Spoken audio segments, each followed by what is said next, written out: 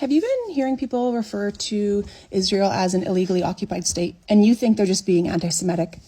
Can I explain to you why it's being called that? So let's go back to 1917, when during World War I, talks were starting to happen between Ottoman Empire and Britain, that during the peace treaties, Britain would have control over the land of Palestine after the war. So once that discussion had been had, Balfour decided that in talks with the Zionists, that they would partition a part of Palestine for the Jewish homeland, a small portion. It was nothing legal. The Balfour Declaration is not a legally binding document. It is a statement of support that that's what Britain would do, that they would honor that. Unfortunately for them, after the war, the Treaty of Versailles, specifically the Covenant of the League of Nations, Article 22, starts to talk about self-determination for any British colonial entity, which now included Palestine, which means that the people of Palestine had the right to self-determination within their land. One land, one people, self-determination. That's what the Treaty of Versailles provided to all British colonies, now including Palestine. So that little agreement that Zionists had with Balfour was null and void. There was nothing legally binding about it, and there was nothing about it that actually prevented Palestinians from kicking them out if they wanted to. However, as we all know, that's not what happened. So even though legally Palestine should have had the right to self-determination, meaning they should have had control over their own land, Zionists moved in and eventually ended up with a very well-equipped military, but was really more controlled by terrorist groups. And that's not just my opinion. That's what they were called on the international stage throughout all of the 20s and 30s and 40s. For 30 years, from 1918 until 1948, the British Mandate of Palestine was terrorized by Lehi and Irgun, two of the major terrorist Zionist groups that over those decades committed hundreds of terrorist attacks within Palestine. Now, I think a lot of people misunderstand that. They think during this time it was like Palestinians, Arabs, which includes Christians, Jews, and Muslims, and Zionist Jews. But that's not the case. It was British mandated, meaning Britain soldiers were there. Britain military was in Palestine, protecting the land of Palestine and trying to keep Zionists into the small quadrant that they had been given. Commentary during those years suggests that the Palestinians as a whole believed in the integrity of the Allied powers to do ultimately what was just. It was also widely believed that their collective refusal to retaliate would prevent their tormentors from obfuscating the situation with claims of self-defense, which didn't work. However, the terrorist attacks that were committed were not just against Palestinians, although a large portion were. It was also against the military, the British military across the land. But that wasn't enough. Irgun blew up the house of a Jewish woman who refused to finance them, because it wasn't just Palestinians. It was also Jewish people who didn't support them that were also attacked.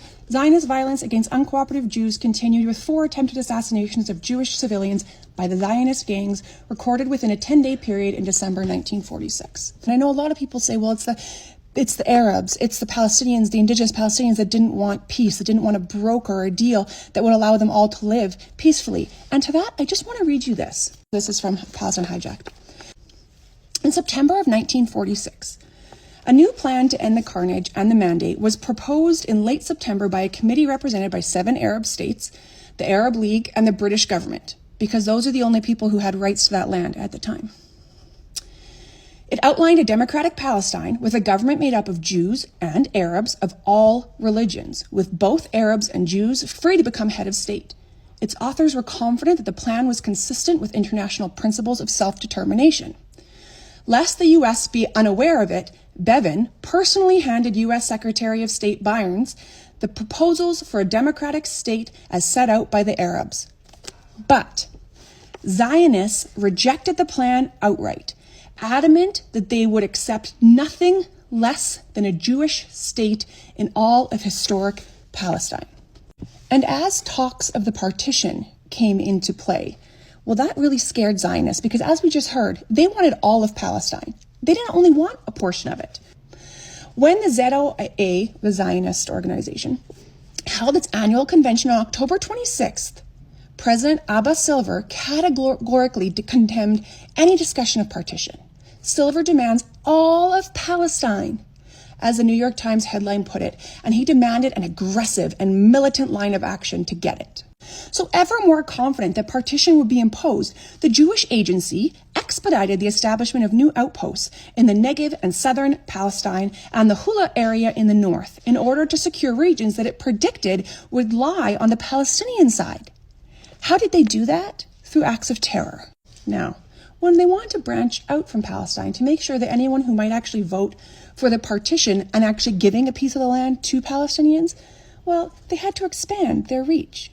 They started bombing Britain, home soil Britain, outside of Palestine as well, just to make their point. And they bragged about it. So Leahy, he said that Britain was issuing fake lists of casualties.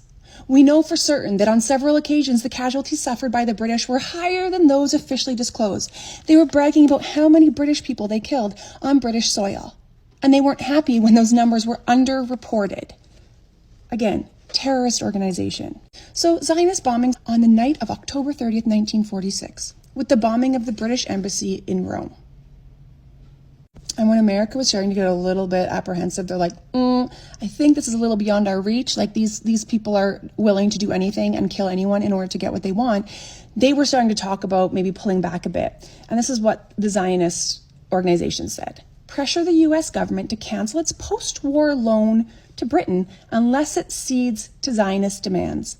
So U.S. has been under the Zionist command for decades. It's no wonder that the current president of America boldly proclaims himself to be a Zionist, and that anyone who stands up against are being called terrorist organizations in America. Isn't that ironic that the actual groups that started all of this under Zionism, that President Biden supports, are the actual terrorist organizations that were called such by America, Britain, and every other country across the world, all through the 1920s, 30s, and 40s.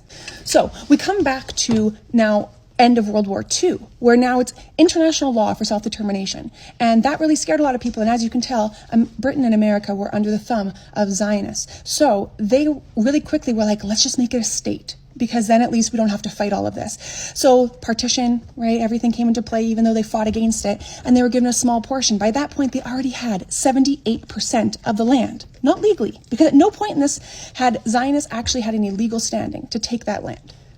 This entire time, up until 1948, Palestine was the right to self-determination, and all the indigenous people of Palestine. Not the Israelis, not the Jewish people who'd come in, and certainly not the Zionists. And then they were just made a state. And not just made a state, they were then taken into the UN. After all this illegality and terrorism, they were accepted as the UN as a rightful state. However, most countries didn't believe that. And that's why we call it an illegally occupied state, because at no point has any legal proceedings actually taken place to allow Israel to be called a legal state. They stole it from Palestine with the help of America and Britain because they were terrified of Zionists who were controlling the world at that point. And clearly, still today. Interact, share, because you know this is going to get suppressed. Let's get the truth out there, folks.